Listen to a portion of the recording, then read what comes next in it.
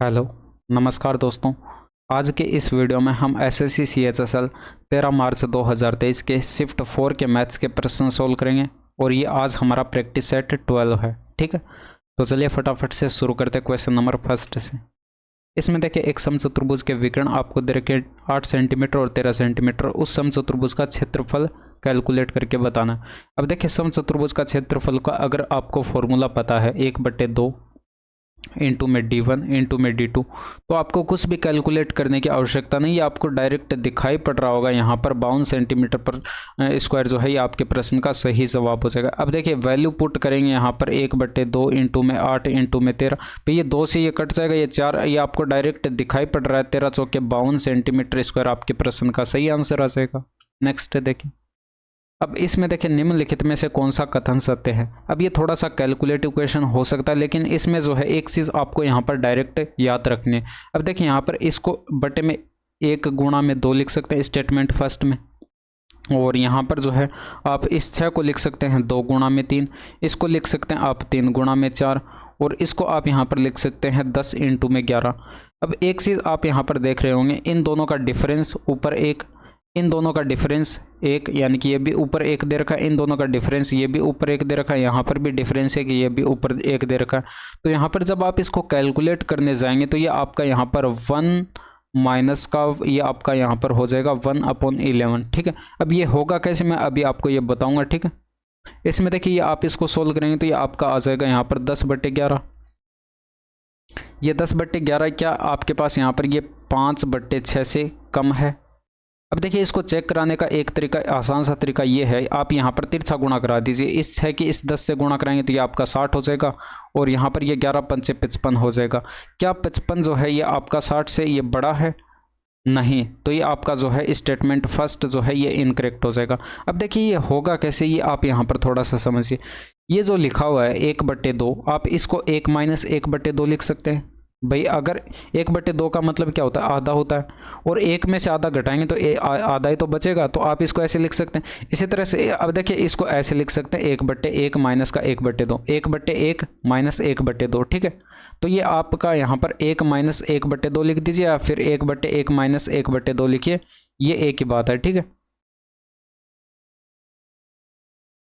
अब इसके अंदर देखिए यहाँ पर ये आपका 1/2 प्लस में 1/2 और ये माइनस का 1/3 लिख सकते हैं। भाई आप इसको सोल्व करके देखिए, आपका ये 1/6 ही आएगा। ठीक है, इसी तरह से आप इसको भी चेक कर सकते हैं, ये आपका यहाँ पर 1/3 माइनस का 1/4 हो जाएगा। ठीक है, अब आप इसको सोल्व करके देखिए 1/12 ही आएगा। ठीक है, इसी तरह से आप ये जो लास्ट में है, इसी तरह से ये सारे टर्म जो है ये चलते रहेंगे, और ये लास्ट टर्म जो है ये आपका हो जाएगा 1/10 माइनस का 1/11।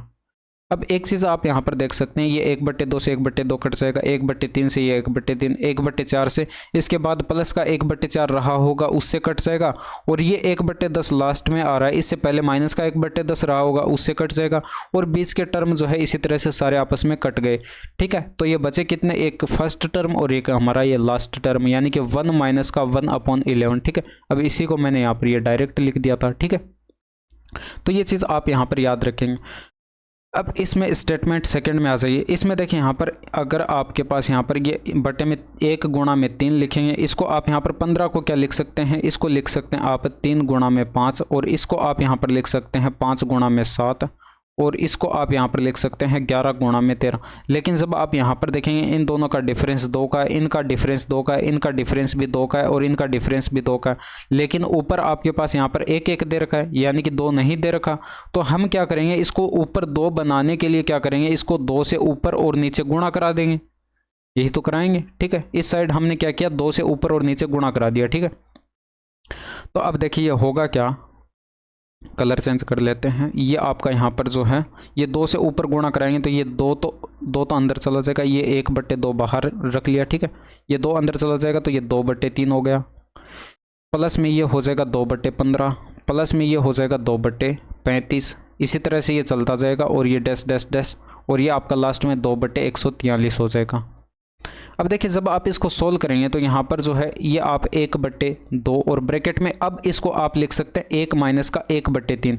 भाई 1 माइनस का 1/3, अब आप इसको लिख सकते हैं, ऊपर आपके पास ये 2 बन चुका है। ठीक है, और यहाँ पर ये प्लस में आप इसको लिख सकते हैं 1/3 और माइनस का 1/5। 1/3 माइनस का 1/5, ठीक है, और प्लस में 1/5 और ये माइनस का 1/7। इस तरह से ये सारे टर्म चलते जाएंगे, ठीक है।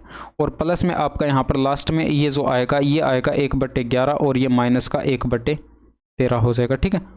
अब यहाँ पर देख लीजिए ये आपका 1/3 से 1/3 कट जाएगा, यहाँ पर ये कट जाएगा और ये इससे आगे वाले टर्म से कट जाएगा। ये 1/11 यानी कि इससे पहले माइनस का 1/11 भी रहा होगा तो वो उससे कट जाएगा और बीच के सारे टर्म जो है इसी तरह से कट जाएंगे। ब्रैकेट में क्या बचेगा 1 माइनस 1/13, ठीक है। अब देखिए आप चाहें तो इनको सोल्व भी करा के देख सकते हैं। जब आप इन दो टर्म को सोल्व कराएंगे तो ये आपका 2/3 आएगा, इन दोनों को सोल्व कराएंगे तो ये 2/15 आएगा, ठीक है। तो इस तरह से आप खुद चेक करके इसको देख सकते हैं। अब ये 1/2 ब्रैकेट में क्या बचा 1 माइनस का 1/13 बचा, ये आपका हो जाएगा 1/2 और ये गुणा में आ जाएगा 12/13 यानी कि बराबर आ जाएगा 6/13।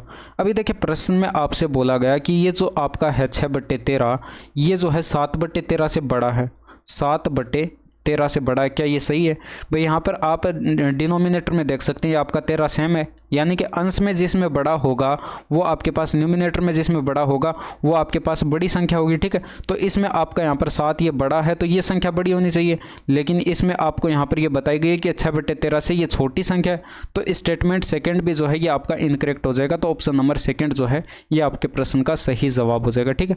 बाकी इंग्लिश वाले भी यहाँ से पढ़ सकते हैं इस प्रश्न को, ठीक है। नेक्स्ट देखें। अब इसमें देखिए 3 tan थीटा बराबर 2 है तो इसका मान कैलकुलेट करके आपको बताना। अब आप यहाँ से इसको लिख सकते हैं tan थीटा बराबर क्या आ जाएगा 2/3 आ जाएगा। तो ये आप यहाँ पर एक समकोण त्रिभुज बना लेंगे, यानी कि राइट एंगल ट्रायंगल ड्रॉ कर लिया, ठीक है। ये थीटा हो गया, इसके सामने का ये 2 हो गया, ये 3 हो गया, तो ये √13 हो जाएगा, ठीक है। अब आप इसको सोल्व करेंगे तो ये आपका यहाँ पर 3 × में ये आपका होता है परपेंडिकुलर अपॉन हाइपोटेनस, यानी कि 2/√13 आ जाएगा। और ये आपका यहाँ पर माइनस का आएगा, ये आपका यहाँ पर हो जाएगा 3/√13 और ये बटे के अंदर है ये 3 × में 2/√13 और ये आपका यहाँ पर प्लस में 2/√13, ये सॉरी 3/√13। तो आप यहाँ पर क्या करेंगे, ये देखिए √13 हर का एलसीएम आएगा, ऊपर भी आएगा, यानी कि ये आपस में कट जाएंगे। ऊपर 3 दूनी का 6 माइनस 3 यानी कि ऊपर 3 बचा, 3 दूनी का 6 प्लस का 3 यानी कि बट्टे में आपका यहाँ पर कितना आ जाएगा 9 आ जाएगा। तो ये आपका 1/3 जो है ये आपके प्रश्न का सही जवाब हो जाएगा। नेक्स्ट देखिए। अब इसमें देखिए ए और बी की औसत मासिक आय ₹7,000 है, बी और सी की औसत मासिक आय ₹7,750 है तथा सी और ए की औसत मासिक आय ₹6,750 है। बी की मासिक आय क्या है? अब देखिए मैं पूरा कैलकुलेट करके दिखाता हूँ, आपको पूरा लिखने की आवश्यकता नहीं, आप जितना डायरेक्ट लिख सकते हैं उतना डायरेक्ट लिखिए। अब देखिए ए और बी की औसत दे रखी है, यानी कि दो की वो औसत दे रखी है, तो 7,000 को अगर 2 से गुणा कर दें तो आपके पास टोटल कितना आ जाएगा 14,000 आ जाएगा, यानी कि ए और बी की आपके पास टोटल मासिक आय कितनी आ जाएगी 14,000 आ जाएगी। इसी तरह से आप यहाँ पर बी और सी का कैलकुलेट कर लेंगे। ये आपके पास औसत दे रखा है 7,750 है, तो इसका 2 गुना करेंगे तो ये 14,000 और ये 1,500 यानी कि आपका हो जाएगा 15,500। इसी तरह से आप यहाँ पर सी और ए का टोटल कैलकुलेट कर लेंगे। ये आपका 6,750 यानी कि 12,000 और ये आपका 1,500 यानी कि 13,500 हो जाएगा। जब आप तीनों को ऐड कराएंगे तो यहाँ पर देखिए ये आपका 2a आएगा, 2c आएगा और प्लस में 2b आएगा। तो 2 हमने क्या कर लिया यहाँ से कॉमन ले लिया, ब्रैकेट में a प्लस का b प्लस का c बचा और ये बराबर में आपके पास यहाँ पर इन सभी का टोटल हो जाएगा 0 0 और ये आपका यहाँ पर 10 का 0 हासिल 1 आएगी, 8 4 12 और 1 13 का 3 हो जाएगा, हासिल 1 आएगी और ये 3 1 4 हो जाएगा। अब आप इसको 2 से डिवाइड कर देंगे तो a प्लस बी प्लस सी बराबर क्या आ जाएगा, ये आपका आ जाएगा 2 दूनी का 4 हो जाएगा, 2 1 कम 2 हो जाएगा, 5 दूनी का 10 हो जाएगा और ये आपके पास यहाँ पर 0 0 हो जाएंगे। अब देखिए यहाँ पर b और c का आपको यहाँ पर ये a और c का टोटल दे रखा है, b का आपसे पूछ रखा है तो b को छोड़ दीजिए, a और c का आप यहाँ पर रख दीजिए। a और c का टोटल आपके पास इतना है तो ये इधर आकर इसमें से माइनस हो जाएगा, यानी कि b बराबर कितना हो जाएगा 21,500 में से आप माइनस कर देंगे 13,500। तो ये आपका यहाँ पर जो है 500 से 500 चला गया और ये 8,000 का आपको यहाँ पर डिफरेंस दिखाई पड़ा, आंसर लगा दीजिए। नेक्स्ट देखें। अब इसमें देखें निम्नलिखित दंड आलेख स्कूल छात्रों के पसंदीदा खेलों को दर्शाता कौन सा खेल सबसे ज़्यादा छात्रों का पसंदीदा खेल है। तो यहाँ पर ये नंबर ऑफ स्टूडेंट्स आपको दे रखे और सबसे ज़्यादा बड़ा आपको ग्राफ यहाँ पर दिखाई पड़ रहा होगा 122, यानी कि सबसे ज़्यादा डेटा आपको यहीं पर दिखाई पड़ रहा है। तो 122 ये आपका यहाँ पर फुटबॉल का यानी कि ऑप्शन नंबर 3 आपके प्रश्न का सही जवाब हो जाएगा। अब देखिए अगर देखिए यहाँ पर आपको डेटा नहीं क्लियर दिखाई पड़ रहा है तो यहाँ पर जो है ये आपको डेटा क्लियर दिखाई पड़ रहा होगा 122, ठीक है, फुटबॉल का है। नेक्स्ट देखिए इसमें देखिए ए बी सी डी एक चक्रीय चतुर्भुज है। ए बी वृत्त का व्यास है। यदि कोण ए सी डी बराबर 45 डिग्री है तो एंगल बी ए डी का मान क्या है। तो सबसे पहले आप यहाँ पर क्या करेंगे, एक वृत्त बना लेंगे। अब इसका एक व्यास आपको दे रखा है ए बी, तो एक इसका व्यास बना लेंगे ए बी, ये व्यास हो जाएगा, ठीक है, ए बी। और देखिए यहाँ पर एक ये जीवा भी हम यहाँ पर बना लेंगे इस तरह से, ठीक है। तो ये आपका यहाँ पर ये सी डी हो जाएगा। तो ये अगर आप इनको मिला दें ए को डी से और बी को सी से तो ये आपका यहाँ पर देखिए चक्रीय चतुर्भुज बन जाएगा, ठीक है। और इसके अलावा देखिए अगर आप यहाँ पर ए को सी से मिला दें तो यहाँ पर जो ये ए सी डी एंगल आपका बन रहा है ये आपको यहाँ पर दिया गया 45 डिग्री, ठीक है। अब एक चीज़ देखिए यहाँ पर ये इस वृत्त की क्या है, जीवा है, ये आपकी यहाँ पर जो है सॉरी व्यास है। तो ये इस वृत्त का व्यास है और आप जानते हैं कि व्यास द्वारा परिधि पर बनाया गया कोण क्या होता है, 90 डिग्री का होता है। तो ये कोण 90 डिग्री का हो जाएगा। तो ये जो आपका यहाँ पर ये पूरा एंगल है जो ये सी पर बन रहा है ये आपका यहाँ पर पूरा एंगल कितना हो जाएगा, 135 डिग्री का हो जाएगा। हम जानते हैं कि चक्रीय चतुर्भुज में आमने सामने के कोण कितने डिग्री के होते हैं, 180 डिग्री के होते हैं। तो 135 का तो ये हो गया, तो बचा कितना, 45 डिग्री बचा। तो ये आपका यहाँ पर बी ए डी एंगल जो बन रहा है ये 45 डिग्री का बनेगा और यही आपसे पूछा गया था, ठीक है। नेक्स्ट देखिए इसमें देखिए 2 दर्जन केलों का क्रय मूल्य ₹30 है। 15 केले ₹12 प्रति दर्जन के दर पर बेचने के बाद दुकानदार शेष केले ₹5 प्रति दर्जन के दर पर बेच देता है, हानि का प्रतिशत क्या होगा। एक चीज़ यहाँ पर देखिए 2 दर्जन केले में कितने केले हो जाएंगे, 24 केले हो जाएंगे। 1 दर्जन में 12, 2 दर्जन में 24। तो ये 24 यहाँ पर बनानास हैं और ये 30 रुपये में खरीदे गए, ठीक है। तो ये आपका यहाँ पर कॉस्ट प्राइस हो जाएगा। इसके बाद देखिए यहाँ पर 15 केले बेचे गए यानी कि 15 बनानास बेचे गए, इनका सेलिंग प्राइस कितना हो जाएगा भाई। आप यहाँ पर एक चीज़ देखिए यहाँ पर 12 रुपये प्रति दर्जन यानी कि 1 दर्जन के 12 रुपये लिए गए। तो यहाँ पर जो है 1 दर्जन में 12 बनानास होते हैं, इनके लिए यहाँ पर 12 रुपये लिए गए यानी कि एक केला जो है 1 रुपये में बिका। तो 15 बनानास जो है ये कितने रुपए में बिक जाएंगे, 15 रुपये में बिक जाएंगे, ठीक है। तो यहाँ पर ये आपका सेलिंग प्राइस कितना हो जाएगा, 15 रुपये हो जाएगा, ठीक है। इसके बाद यहाँ पर देखिए बचे कितने भाई, यहाँ पर टोटल 24 थे, 15 बेच दिए गए यानी कि 9 बनानास बचे। अब ये 9 बनानास कितने में बेचे गए वो भी यहाँ पर देख लीजिए। ये आपका यहाँ पर दे रखा है 5 रुपये प्रति दर्जन, 5 रुपये प्रति दर्जन यानी कि 1 दर्जन में 12 केले होते हैं और यहाँ पर जो है 1 केला ये आपका यहाँ पर 1 दर्जन जो है 5 रुपये में बेचा गया, ठीक है। तो यहाँ पर जो है 9 केले कितने में बेचे जाएंगे यानी कि 9 बनानास आपके हो जाएंगे आपका 9 × में 5/12 कर देंगे यानी कि 3 से कटेगा 3 बार और ये 3 से कटेगा 4 बार यानी कि 15/4 आ जाएगा। ये आप यहाँ पर 3.75 आप इसको लिख सकते हैं यानी कि 3.75 में ये बेचे गए। ये आपके पास इन 9 बनानास का सेलिंग प्राइस आ जाएगा। टोटल कर लीजिए ये आपका यहाँ पर 18.75 ये टोटल सेलिंग प्राइस आ जाएगा और 30 रुपये आपका कॉस्ट प्राइस था, ये सेलिंग प्राइस था। तो देख लीजिए यहाँ पर कितने का लॉस हो रहा है भाई, यहाँ पर 0.25 तो ये हो गया और ये 11.25 का यहाँ पर लॉस हो रहा है। कितने पर, 30 पर। तो 11.25 का यहाँ पर लॉस हुआ, 11.25 का यहाँ पर लॉस हुआ कितने पर, 30 पर और गुणा कर देंगे 100 से। तो यहाँ पर देखिए पॉइंट हटाएंगे तो ये 2 0 से 2 0 कट जाएंगे और अगर आप यहाँ पर इसको 5 से काट दें तो ये 5 6 के 30 हो जाएगा, 5 दूनी का 10 हो जाएगा, 5 दूनी का 10 और 5 पंचे 25। अब इसको 6 से डिवाइड करें तो ये 6 का 18 हो जाएगा और इसके बाद यहाँ पर जो है 6 का 18 हो जाएगा। बचा कितना, 4 उतारेंगे, 5 7 6 के 42 और 3 7 आपको एक ही ऑप्शन में दिखाई पड़ा, आंसर लगा दीजिए। नेक्स्ट देखिए इसमें देखिए यदि मनोज 10 किलोमीटर के स्थान पर 12 किलोमीटर पर आवर सॉरी यहाँ पर 10 किलोमीटर पर आवर के स्थान पर 12 किलोमीटर पर आवर की चाल से साइकिल चलाता है तो वह 15 किलोमीटर अधिक साइकिल चलाता है, उसके द्वारा चलाई गई साइकिल की वास्तविक दूरी कितनी। अब देख लीजिए यहाँ पर 2 का डिफरेंस है इनका डिफरेंस कितने का, 2 का। तो 15 को 2 से डिवाइड करें तो ये आपका यहाँ पर 7.5 घंटे का टाइम आ जाएगा। एक्चुअल चाल आपकी यहाँ पर 10 थी, तो इसको आप यहाँ पर 10 से गुणा कर देंगे तो ये आपका यहाँ पर 75 आ जाएगा। आंसर लगा दीजिए। अब देखिए डायरेक्ट आप तभी कर पाएंगे जब आपका बेसिक क्लियर होगा। भाई अगर आप इसको बेसिक से बनाना चाहते हैं तो कैसे बनाएंगे वो भी यहाँ पर समझ लेते हैं। देखिए यहाँ पर ये D2 आपके पास दूरी है, इसमें से D1 अगर माइनस करें तो ये डिफरेंस जो है ये 15 किलोमीटर का आना चाहिए। अब समय आप यहाँ पर t मान लीजिए और ये D2 चाल जो है ये 12 किलोमीटर पर आवर स्पीड से चली गई, तो यहाँ पर जो है 12 किलोमीटर पर आवर स्पीड से टाइम t यानी कि t से अगर गुणा करा दें तो ये आपका D2 हो जाएगा। और ये माइनस कर देंगे यहाँ पर 10 किलोमीटर पर आवर से, ये भी t समय तक ये दूरी चली गई, ठीक है। तो यहाँ पर अब देखिए ये आपके पास यहाँ पर ज़्यादा दूरी होगी और ये कम दूरी होगी, तो आप बड़ी दूरी में से यहाँ पर छोटी दूरी को घटाएंगे, ठीक है। तो ये डिफरेंस आपका यहाँ पर 15 के बराबर आना चाहिए। तो यहाँ से आपके पास ये 2t बराबर कितना आ जाएगा, 15 आ जाएगा। तो t बराबर कितना आ जाएगा, 7.5 आ जाएगा। ये आपका यहाँ पर टाइम आ चुका है। तो डिस्टेंस आपकी क्या हो जाएगी, एक्चुअल डिस्टेंस।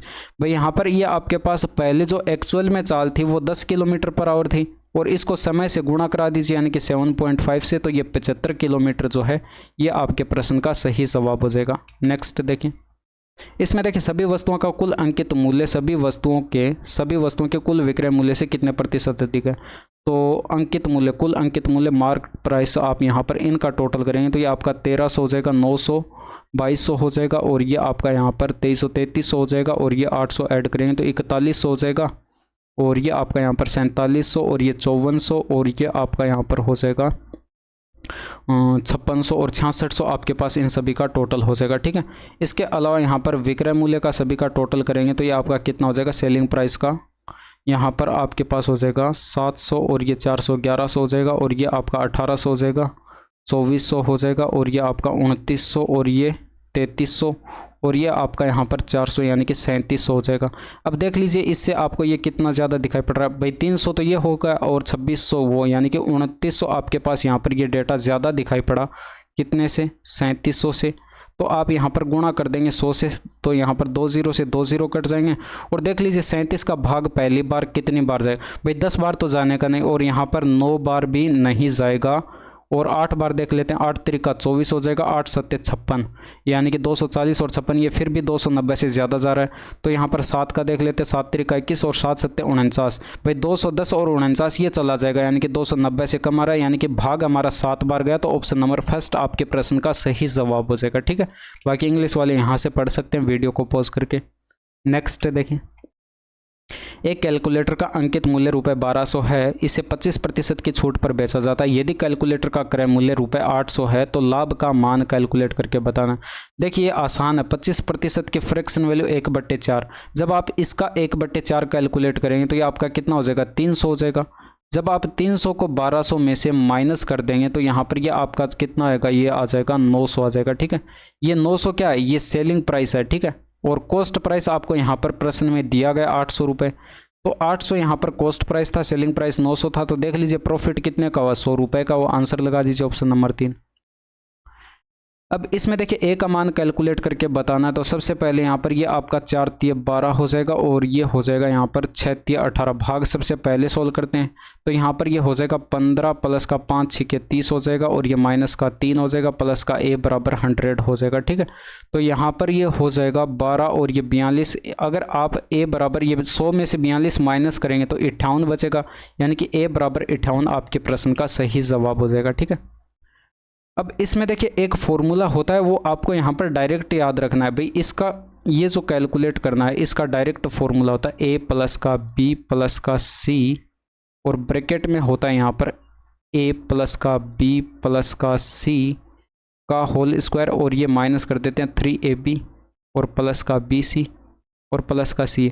अब ये देखिए फॉर्मूला आपको नया लग रहा होगा, नया कुछ नहीं है। इसमें मैंने क्या किया यहाँ पर देखिए, इसमें मैंने यहाँ पर इस वाली ब्रैकेट को एक बार ऐड किया। भाई फॉर्मूला आपका ऐसा होता है, यहाँ पर a² plus b² plus c² होता है और माइनस के अंदर 2ab प्लस का बी सी प्लस का सी ए होता है, ठीक है।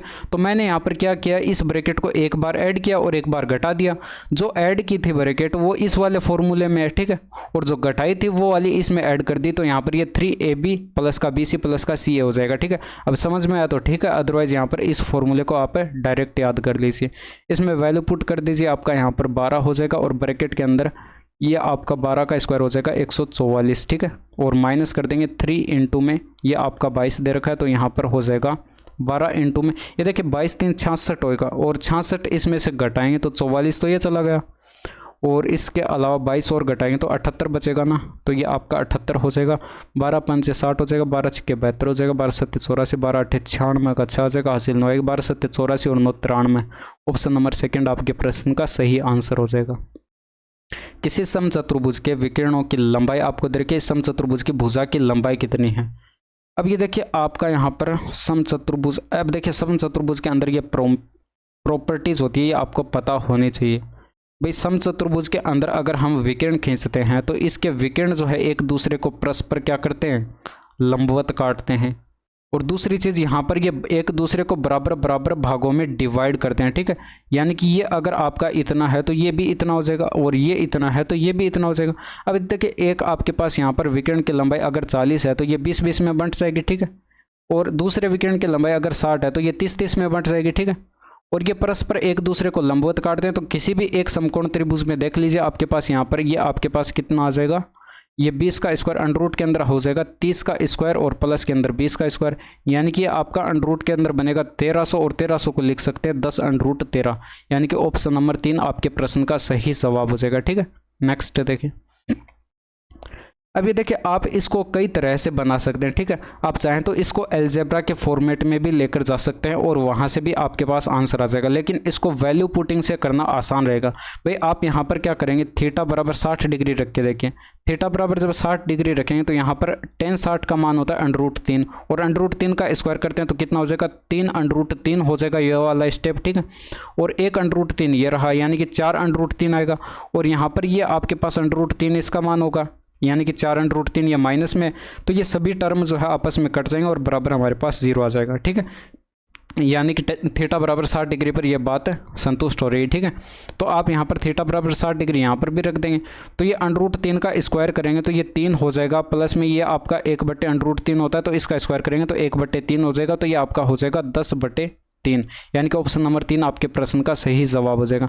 अभी देखिए आप इसको इस तरह से भी कर सकते हैं, थीटा बराबर अगर आप 30 डिग्री लेते हैं तो 30 डिग्री लेते हैं तो यहाँ पर इसका मान होता है 1/√3, स्क्वायर करेंगे तो 1/3 बनेगा, और √3 से ये बटे में जो 3 आएगा 1/3, तो ये 3 कट जाएगा, यानी कि √3, ये आपका यहाँ पर 1/√3 आएगा। इस √3 के साथ सोल्व करेंगे तो ये आपका यहाँ पर 3 + का 1 यानी कि 4 बनेगा ऊपर, और √3, और यहाँ पर इसका मान 1/√3 होता ही है, ठीक है। तो ये 4/√3 ये भी आएगा, लेकिन ये माइनस में, तो ये सारे टर्म यहाँ पर कट जाएंगे और ये आपका बराबर में 0 दे देगा। तो यहाँ पर भी आप थीटा बराबर क्या रख सकते हैं, 30 डिग्री रख सकते हैं, तो इसका मान 1/√3 का स्क्वायर करेंगे तो 1/3, और इसका √3 का स्क्वायर करेंगे तो ये 3, फिर से वही चीज़ यहाँ पर, ये भी आपका यहाँ पर 10/3 आ जाएगा। तो दो तरीके से आप इसको बना सकते हैं, थीटा बराबर चाहे तो 60 डिग्री ले लें, चाहे 30 डिग्री ले लें, ठीक है।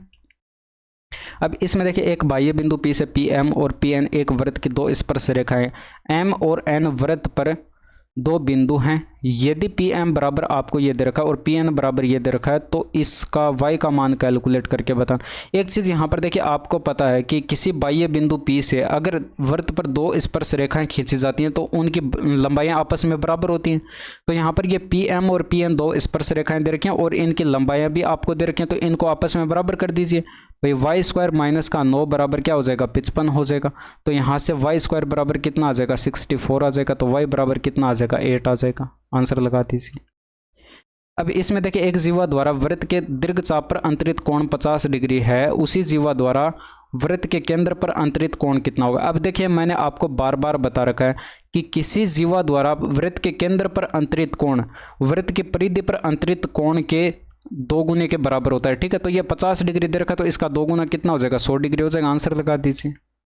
अब इसमें देखिए यदि 50 लड़के प्रतिदिन 6 घंटे काम करके किसी कार्य को 30 दिनों में समाप्त कर सकते हैं तो 25 लड़के प्रतिदिन कितने घंटे काम करके उसी कार्य को 24 दिन में पूरा कर सकते हैं। एक चीज़ यहाँ पर देखिए 50 लड़के हैं 6 घंटे काम करते हैं और 30 दिनों में कंप्लीट कर देते हैं, तो ये आपका यहाँ पर टोटल वर्क आ जाएगा। इसी तरह से 25 लड़के और यहाँ पर मान लेते हैं ये प्रतिदिन h घंटे काम करते हैं और यहाँ पर 24 दिन में ये काम निपटा देते हैं, तो ये भी आपका टोटल वर्क होगा और टोटल वर्क आपस में बराबर होंगे। तो ये आपका यहाँ पर 25 से कट जाएगा 2 बार और ये आपका यहाँ पर 6 से कट जाएगा, ये 4 आ जाएगा और ये 4 यहाँ पर देखिए 2 तो ये कट जाएगा और 2 इसमें से कट जाएगा, यानी कि 15 बचा। तो h बराबर आपका यहाँ पर कितना बचा, 15 घंटे आंसर आ जाएगा। ठीक है, नेक्स्ट देखिए, 2 उम्मीदवारों के बीच एक चुनाव में एक को कुल 60% विद्यमान मत प्राप्त हुए, 90% मत विद्यमान थे।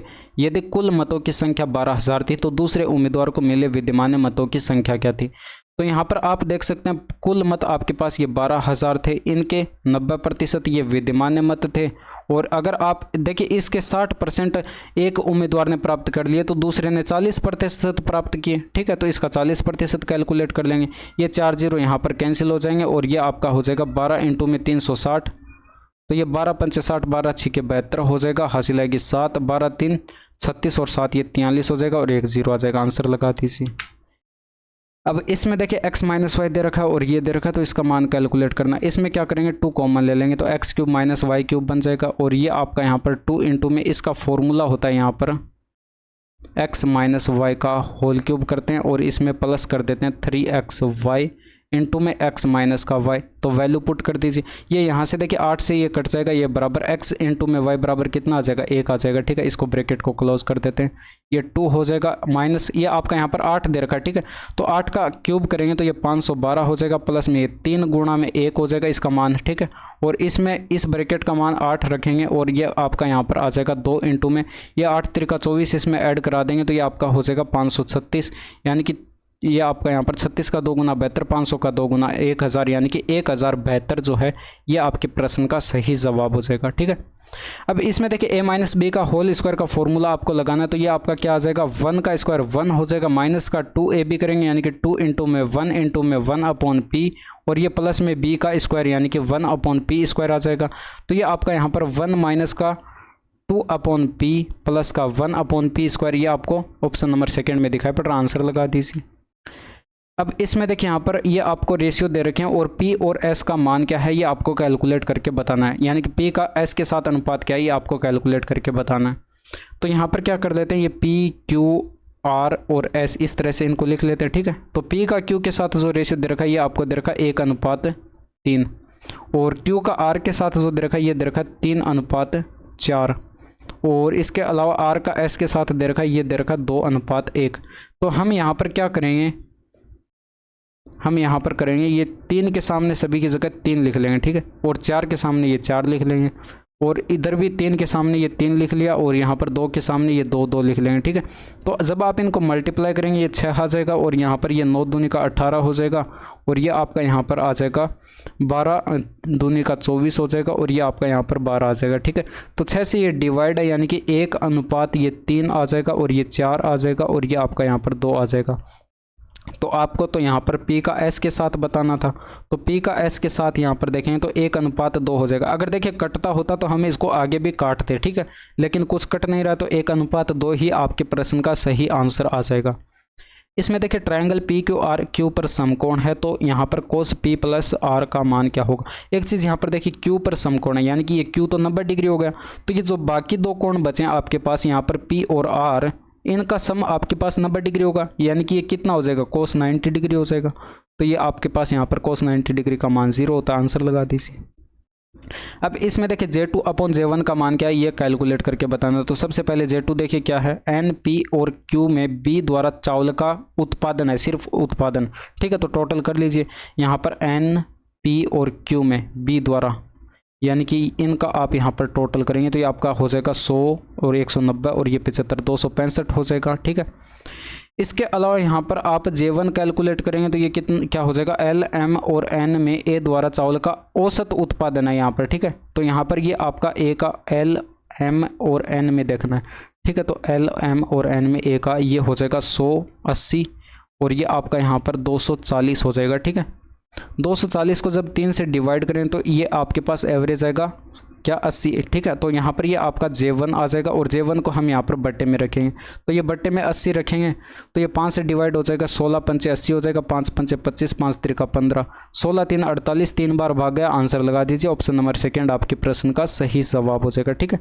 नेक्स्ट देखिए, अब वही क्वेश्चन यहाँ पर इंग्लिश में लिखा है, तो जो इंग्लिश वाले हैं वो यहाँ से पढ़ सकते हैं वीडियो को पॉज करके। इसमें देखिए, साधारण ब्याज पर एक निश्चित धनराशि 5 वर्षों में 1050 और 8 वर्षों में 1230 हो जाती है, वह धनराशि क्या है। अब देखिए वर्षों में यहाँ पर डिफरेंस देखिए, 3 वर्षों का डिफरेंस है, ठीक है। इन 3 वर्ष के दौरान ब्याज कितने का मिला, तो यहाँ पर आपके पास अमाउंट में कितने का डिफरेंस है, ये आपका 80 और 180 का आपको यहाँ पर डिफरेंस दिखाई पड़ा, यानी कि 180 रुपये का ब्याज मिला कितने वर्षों में, 3 वर्षों में। तो एक वर्ष में कितने का ब्याज मिला, 60 रुपये का मिला। तो यहाँ पर 5 वर्ष में कितने का मिलेगा, तो ये आपके पास यहाँ पर 300 रुपये का मिल जाएगा। अभी देखिए 5 वर्ष का आपके पास ब्याज आ चुका है, ये आपका यहाँ पर सिंपल इंटरेस्ट है, और जबकि आपको अमाउंट दे रखा है 5 वर्ष का, तो यहाँ पर आप प्रिंसिपल जब कैलकुलेट करेंगे तो अमाउंट में से माइनस कर देंगे सिंपल इंटरेस्ट, यानी कि अमाउंट आपका दे रखा है 1050, इसमें से जब 300 माइनस करेंगे तो ये आपके पास 750 आपके प्रश्न का सही जवाब हो जाएगा, ठीक है। नेक्स्ट देखिए, अब इसमें देखें निम्नलिखित में से कौन सा कथन सही है। तो जो इंग्लिश वाले हैं सबसे पहले वो यहाँ पर वीडियो को पॉज करके इसे पढ़ लें, ठीक है।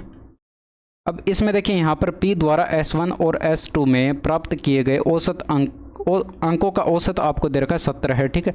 तो S1 और S2 का देखना है P द्वारा, तो यहाँ पर P द्वारा अगर देखेंगे तो ये आपका 60 और ये आपका 80, यानी कि ये आपका हो जाएगा 140, और जब आप इसको डिवाइड करेंगे 2 से तो ये 70 आ रहा है।